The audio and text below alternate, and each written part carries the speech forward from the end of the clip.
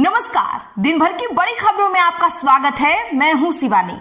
आज की खबरों में बात होगी सीएम पद मिलना मुश्किल, शाह ने नीतीश को फिर से दे दिया गच्चौकी और पुलिस ने घेरा परिवार को धमकी। डटे रहे रायबरेली में राहुल की दहाड़ की, वही बिहार एनडीए में भगदड़ जारी। साहनी ने ठुकराई राज्यसभा, कर दी बड़ी मांग की और अब इस देश में सड़क पर उतरा जेनजी, प्रेसिडेंट को हटाने की मांग की। साथ ही खबर के अंत में बात होगी गुजरात में पूरी कैबिनेट रीसेट, 8 SC/ST बनाए गए मंत्री की।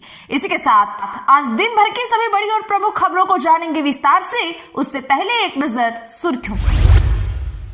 बिहार चुनाव 2025 में क्या नीतीश होंगे अगले सीएम? शाह बोले चुनाव बाद ये फैसला होगा, मांझी बोले अभी तय करो। वीआईपी चीफ साहनी चुनाव नहीं लड़ेंगे, राज्यसभा सीट ठुकराई। यूपी में मॉब लिंचिंग को लेकर राहुल गांधी बोले दलित परिवार को डराया जा रहा, घर में बंद कर रखा गया है, मुझसे न मिलने के लिए उन्हें धमकाया गया। बिहार में टिकट कटा तो पूर्व विधायक ने पार्टी को दे दिया श्राप, बोले वो कभी सीएम नहीं बन पाएगा। घाटशिला उपचुनाव को लेकर भाजपा और जेएमएम के प्रत्याशियों ने किया नामांकन, सीएम हेमंत सोरेन भी रहे मौजूद। 11 नवंबर को होगा मतदान, 14 को आएगा रिजल्ट। निवेश को लेकर कर्नाटक और आंध्र के आईटी मंत्रियों में छिड़ी जुबानी जंग, इशारों में साधा एक दूसरे पर निशाना। बिहार में पहले फेज का नामांकन हुआ खत्म, सीट शेयरिंग तक नहीं हुई, कांग्रेस छोड़ किसी पार्टी की लिस्ट में भी नहीं आई। 6 सीटों पर कांग्रेस और आरजेडी दोनों ने कैंडिडेट उतारे। गुजरात में 3 साल में पूरी कैबिनेट बदली, कल 16 मंत्रियों का इस्तीफा, आज 26 की शपथ। 19 नए चेहरे आए सामने, सीएम समेत पटेल समाज के 8 मंत्री बने। फिर से जंगल राज रोके, उद्योगों वाला बिहार बनाएंगे, पटना में शाह बोले 2.0 में लालू को हटाने से बड़ा जनादेश, 3.0 में लालू को रोकने का होना चाहिए। हिंदू लड़कियां ना जाएं जिम, चल रही है बहुत बड़ी साजिश, भाजपा विधायक की उल जुलूल सलाह आई सामने। बीजेपी सांसद का पूर्व पीएम राजीव गांधी पर आरोप, कहा स्वीडिश सैनिक कंपनी में एजेंट थे, क्या 70 के दशक में दलाली करते थे। पेरू में जेनजी का प्रदर्शन, 1 मरा 100 घायल, 7 दिन पहले बने राष्ट्रपति से इस्तीफा मांगा। जेनजी ने 1 महीने में 3 देशों की बदली सरकारें। एमपी के कांग्रेस जिला अध्यक्षों की राहुल गांधी लेंगे क्लास, 2 नवंबर से ट्रेनिंग कैंप लगेगा, खड़गे समेत कई एक्सपर्ट आएंगे, अगले चुनावों की रणनीति भी बनेगी। टिकट नहीं मिलने पर सिसक कर रोए पप्पू यादव के करीबी, शरद यादव के बेटे का टिकट कटा, बहन बोली अपने खून के नहीं हुए तो वो दूसरों के क्या होंगे। राहुल गांधी ने सिंगर जुबिन गर्ग को दी श्रद्धांजलि, परिवार से मिले, बोले लोगों को यह जानने का हक है कि उनके साथ सिंगापुर में क्या हुआ। कांग्रेस की पहली सूची में 5 महिला और 4 मुस्लिमों को मिला टिकट, इस सीट से बेटे की जगह पिता होंगे उम्मीदवार। सीएम सिद्धारमैया बोले मूर्ति दंपत्ति को सर्वे को लेकर गलतफहमी हुई है, केंद्र को भी मना करेंगे, दोनों ने जाति जनगणना में शामिल होने से किया इनकार। इकरा हसन गुर्जर कैसे हैं, हिंदुवादी नेता का सवाल, कहा जिसने तलवार के डर से सलवार पहन ली वह बहादुर कौम नहीं हो सकती। जनसुराज ने मनीष कश्यप को दिया टिकट, पी के संग फोटो शेयर कर करी यह बात। पंजाब के डीआईजी को रिश्वत केस में भेजा गया जेल, सीबीआई कोर्ट जज ने चेहरे से रुमाल हटवाया, चंडीगढ़ कोठी से 7 करोड़ रुपए मिले हैं, भुल्लर बोले जवाब दूंगा।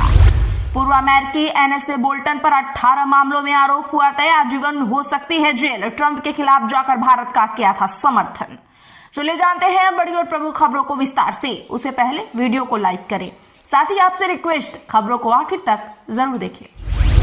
क्या नीतीश होंगे बिहार के अगले सीएम? शाह बोले चुनाव बाद होगा फैसला। दरअसल दर्शकों बता दें कि केंद्रीय गृह मंत्री अमित शाह इस समय 3 दिन के बिहार दौरे पर हैं। उन्होंने पटना में सीएम नीतीश से उनके आवास पर मुलाकात की, दोनों के बीच लगभग 15 मिनट तक चुनावी रणनीति पर चर्चा हुई। मुलाकात से पहले शाह ने कहा वर्तमान में एनडीए नीतीश कुमार के नेतृत्व में ही चुनाव लड़ रहा है, उन पर न सिर्फ बीजेपी बल्कि बिहार की जनता का भी पूरा भरोसा है। एनडीए की जीत के बाद मुख्यमंत्री कौन होगा इसका फैसला विधायक दल करेगा। वहीं शाह के बयान पर अब जीतन राम मांझी ने कहा, चुनाव से पहले नेता यानी होने वाले मुख्यमंत्री का नाम भी तय हो जाना चाहिए। सौभाग्यवश एनडीए में अब तक सब कुछ ठीक रहा है, कोई दुविधा नहीं होनी चाहिए। इधर महागठबंधन का हिस्सा विकासशील इंसान पार्टी चीफ मुकेश सहनी ने चुनाव लड़ने से साफ मना कर दिया है। उन्होंने दरभंगा की गौरा बौरम सीट से संतोष सहनी को उम्मीदवार बनाया है। सहनी ने कहा, मुझे राज्यसभा नहीं चाहिए, डिप्टी सीएम बनना है। अब मैं अपने प्रत्याशियों के लिए चुनाव प्रचार करूंगा। सहनी ने कांग्रेस के राज्यसभा सीट का ऑफर ठुकरा दिया। राहुल गांधी को लिखे लेटर में कहा था, वादे के मुताबिक सीटें नहीं मिले। चुनाव को लेकर महागठबंधन में सीटों के बंटवारे का फार्मूला अभी तक तय नहीं हो पाया है। आज पहले फेज के चुनाव के लिए नामांकन की आखिरी तारीख रही। कांग्रेस 48 सीटों पर अपने उम्मीदवारों की घोषणा कर चुकी है। राजद ने भी लिस्ट जारी नहीं की। कई उम्मीदवारों को बिना किसी औपचारिक घोषणा के ही चुनाव चिन्ह मिले हैं। बता दें कि राज्य में 11 सीटों पर पहले फेज में 6 नवंबर को वोटिंग होनी है। राहुल गांधी बोले, दलित परिवार को डराया जा रहा, घर में बंद करके रखा गया है, मुझसे न मिलने के लिए उन्हें धमकाया जा रहा। बता दें कि राहुल गांधी ने रायबरेली में मॉब लिंचिंग में मारे गए दलित हरिओम वाल्मीकि के परिवार से आज फतेहपुर में मुलाकात की। उन्होंने 25 मिनट तक माता पिता, भाई और बहन से बातचीत की। बाहर निकलने पर उन्होंने कहा, परिवार को घर में बंद करके रखा गया है, उन्हें धमकाया जा रहा है। उन्होंने कहा, आज सुबह सरकार ने परिवार को मुझसे न मिलने की उनको धमकी भी दी, जबरन वीडियो बनवाया। इसकी जानकारी परिवार ने मुझे दे दी है। परिवार मुझसे मिले या न मिले यह जरूरी नहीं है, बल्कि जरूरी यह है कि जो अपराधी है उनके खिलाफ एक्शन हो। दरअसल राहुल के पहुंचने से करीब 1 घंटे पहले हरिओम के भाई शिवम वाल्मीकि ने परिवार के साथ वीडियो जारी किया था। उन्होंने कहा था, राहुल गांधी राजनीति करने न आए, हम सरकार से संतुष्ट हैं। लेकिन जब राहुल गांधी पहुंचे और कुर्सी पर बैठकर बात कर रहे थे, तभी हरिओम की मां फपक कर रो पड़ी। राहुल ने हाल पूछा तो पिता भावुक हो गए, हाथ जोड़कर रोने लगे। राहुल ने हाथ पकड़कर उन्हें दिलासा दी, फिर उन्हें गले से लगा लिया। गुजरात में 3 साल में पूरी कैबिनेट बदली, कल 16 मंत्रियों का इस्तीफा, आज 26 ने ली शपथ। जी हाँ, बता दें कि गुजरात में भाजपा ने महज 3 साल में सीएम भूपेंद्र पटेल को छोड़कर लगभग पूरी सरकार बदल दी है। बीते दिन 16 मंत्रियों से इस्तीफा लिया गया और आज शुक्रवार को 26 मंत्रियों को शपथ दिलाई गई। कैबिनेट में 19 नए चेहरे शामिल हुए हैं, जबकि पिछली बार के 6 मंत्री ही अपना पद कायम रख पाए हैं। वहीं 8 ओबीसी, 3 एससी, 4 एसटी और 3 महिलाएं हैं। सीएम समेत 8 मंत्री पटेल समाज से हैं। खास बात यह है कि हटाए गए मंत्रियों पर ना तो कोई आरोप था और ना ही कानूनी कोई केस। इसके बावजूद सरकार में बड़े फेरबदल को गुजरात में 2027 के विधानसभा चुनाव की तैयारी माना जा रहा है। कई मंत्रियों का प्रदर्शन कमजोर था। पार्टी उनकी जगह नए चेहरे लाना चाहती थी। पिछली कैबिनेट में 16 मंत्री थे। भाजपा पटेल कम्युनिटी को ज्यादा जगह देना चाहती थी। गुजरात में अगले कुछ महीनों में लोकल बॉडी चुनाव है। विसावदर विधानसभा उपचुनाव हारने के बाद भाजपा नए चेहरों को मौका देना चाहती है। पेरू में जेन जी प्रदर्शन, 1 मरा 100 घायल, 7 दिन पहले बने राष्ट्रपति से मांगा इस्तीफा। दक्षिण अमेरिका देश पेरू में जेन जी भ्रष्टाचार को लेकर प्रदर्शन कर रहे हैं। इस प्रदर्शन में एक युवा मर भी गया, जबकि 100 से ज्यादा लोग घायल हुए हैं, जिनमें 8 पुलिसकर्मी और 10 पत्रकार शामिल हैं। इसके बाद प्रदर्शन के दौरान जेन जी कार्यकर्ताओं के नेतृत्व में हजारों युवाओं ने नए राष्ट्रपति जोस जेडी का इस्तीफा मांगा। हालांकि राष्ट्रपति ने इस्तीफा देने से साफ मना कर दिया। बता दें कि जेडी 10 अक्टूबर को सत्ता में आए थे, जब संसद ने पूर्व राष्ट्रपति दीना बोलू आते को हटा दिया था। जेरी पिछले 5 साल में 6ठे राष्ट्रपति हैं। जेरी ने प्रदर्शनों को लेकर कहा, मेरा दायित्व देश में स्थिरता बनाए रखना है, यही मेरी जिम्मेदारी और प्रतिबद्धता है। उन्होंने संसद से अपराध पर नियंत्रण के लिए विशेष अधिकार मांगे हैं। वहीं जेनजी के प्रदर्शनों के कारण पिछले 1 महीने में 3 देशों पेरू, नेपाल और मेडागास्कर में राजनीतिक तख्ता पलट या सत्ता परिवर्तन हुआ है, जैसा कि आपको भी पता होगा। राहुल गांधी ने सिंगर जुबिन गर्ग को दी श्रद्धांजलि। बोले, लोगों को यह जानने का हक है कि उनके साथ सिंगापुर में क्या हुआ। लोकसभा में नेता प्रतिपक्ष राहुल गांधी आज गुवाहाटी पहुंचे। वे असम के सिंगर जुबिन गर्ग के समाधि स्थल पहुंचे और श्रद्धांजलि दी।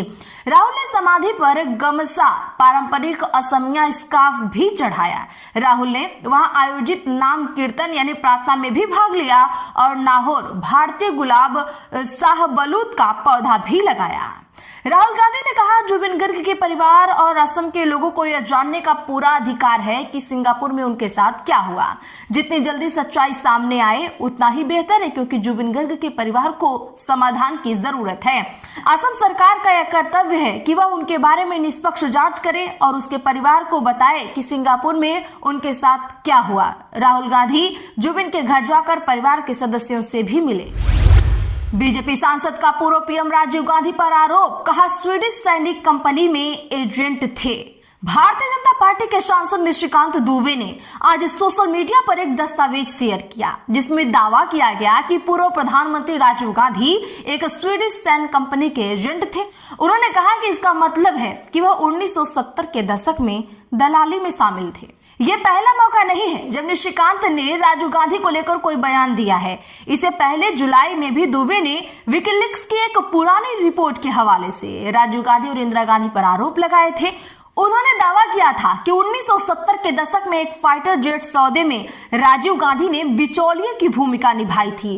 वैसे आप इनकी बात से कितने प्रतिशत तक सहमत हैं, कमेंट जरूर करिएगा। तो दर्शकों, क्या ऐसा करके इनको बिहार में फायदा होगा? कमेंट जरूर करिए। तो आज के लिए बस इतना ही है। ऐसी ही खबरों के लिए चैनल सब्सक्राइब करें और बगल में घंटे के निशान को जरूर दबाएं।